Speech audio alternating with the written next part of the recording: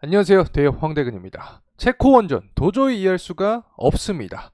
팩트체크도 안 해봤으면서 웨스팅하우스니 덤핑이니 이러쿵저러쿵 다 문제가 된다고 하네요.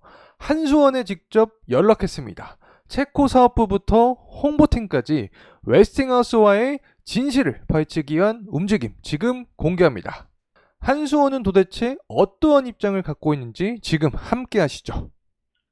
감사합니다. 홍보실 조용찬차입니다. 네, 안녕하세요. 혹시 한수원 홍보팀 맞나요? 예, 맞습니다. 네네, 다름이 아니라. 자, 이런 식으로 제가 직접 한수원 담당자님과 통화를 하면서 여러 가지 의문점들을 좀 해결을 해봤습니다. 해당 내용 함께 보도록 하겠습니다. 자, 우선은 체코 사업부부터 홍보팀까지 연락을 진행을 한 상황인데, 한수원이 현재 우선 협상 대상자에 선정이 되었는데, 웨스팅하우스와의 직접 재산권 관련해서 우려의 목소리가 굉장히 많다. 이 소송이 현재 진행 중인 걸로 알고 있는데 이 부분이 체코 원전 수주에 영향을 미칠 수 있을 것이냐라고 제가 좀 여쭤봤습니다. 그래서 답변이 어떻게 왔냐?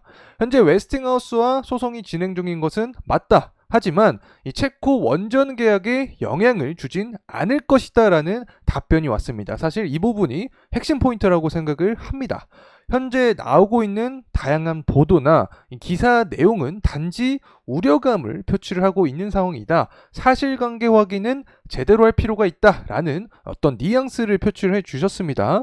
사실 이 부분 때문에 저희 대기업이 직접 움직이는 거겠죠. 정말 정보의 과잉인 상태에서 진실을 찾기가 굉장히 힘들어진 상황입니다. 그래서 항상 저희 대기업이 여러분을 위해서 발로 뛰는 모습 보여드리겠다라는 점 다시 한번 강조를 드리고 싶습니다. 자, 이어서 이 로열티를 만약 웨스팅하우스 쪽으로 제공을 해야 된다라고 하면 정해진 수치가 있는 것이냐라고 질문을 해드렸는데 정해진 수치는 없다라고 답변을 받았습니다.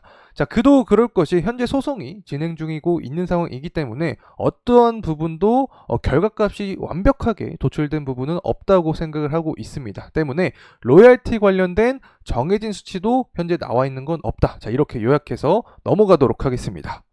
자, 이제는 저의 개인적인 입장을 좀 여러분께 공유를 드리고 싶습니다.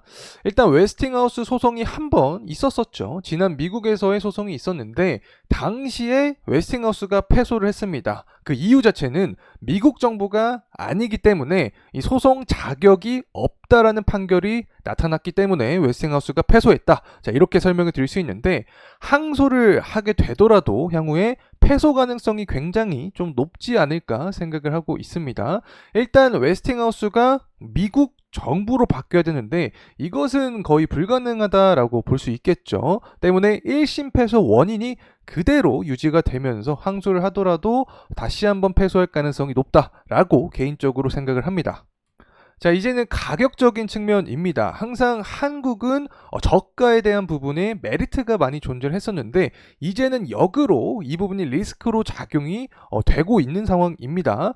프랑스 전력공사 EDF죠. EDF에 대비해서 60% 정도 가격에 입찰을 한 상황인데 덤핑 수주라는 논란이 현재 굉장히 많다. 만약에 웨스팅하우스 로열티가 발생을 하게 되면 혹시라도 손해를 보면서 사업을 할 수도 있는 게 아닌가라고 제가 질문을 했습니다. 한수원 담당자님께서도 제 질문을 듣고 다소 좀 화가 난 상태에서 말씀을 해주셨는데 손해를 보면서 어떤 기업이 사업을 하냐 말이 안 되는 얘기다라고 직접적으로 이야기를 해주셨습니다. 같이 일을 하는 팀코리아가 있죠. 상장사인 한전 KPS나 두산 에너빌리티 측도 함께 하는데 이 기업들이 과연 손해를 보면서 일을 할까 역으로 저한테 질문을 해주셨습니다. 어쨌든 말이 안 되는 이야기다. 자, 이렇게 핵심 요약을 할 수 있겠고 저가 수주다, 덤핑이다, 전혀 사실과 무관한 얘기다. 건설 단가가 싼 것이지 손해보고 파는 것은 아니다 라고 개인적으로 생각을 하고 있습니다. 자, 이렇게 짧은 내용이었지만 결론을 좀 내보도록 하겠습니다. 웨스팅하우스 소송 건수가 현재 리스크로 작용이 되고 있는 상황이었는데 직접 물어본 결과 체코 원전 수주 영향에는 없다라는 결론이 도출이 되었습니다. 자, 그리고 또 하나 적자 수주, 덤핑 논란, 이 가격적인 부분 때문에 이슈가 되었던 건데 전부 사실이 아닌 내용이라고 합니다. 제가 생각하기로는 건설 단가가 단지 산 것뿐이다. 손해보고 파는 것은 아니다라고 개인적으로 생각을 합니다.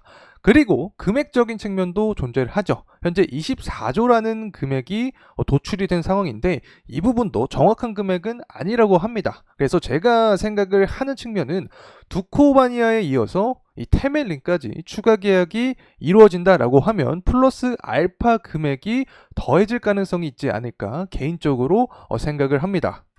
이상으로 체코 원전에 대한 리스크, 한수원에 직접 통화해서 알아봤는데 사실관계와 무관한 내용들도 많았고 이미 알고 있던 내용이 좀 더 유효하게 나타난 부분도 있다고 생각합니다. 항상 말씀드리지만 거짓이 난무한 속에서 진실을 찾기 위해 끊임없이 노력하겠습니다. 감사합니다.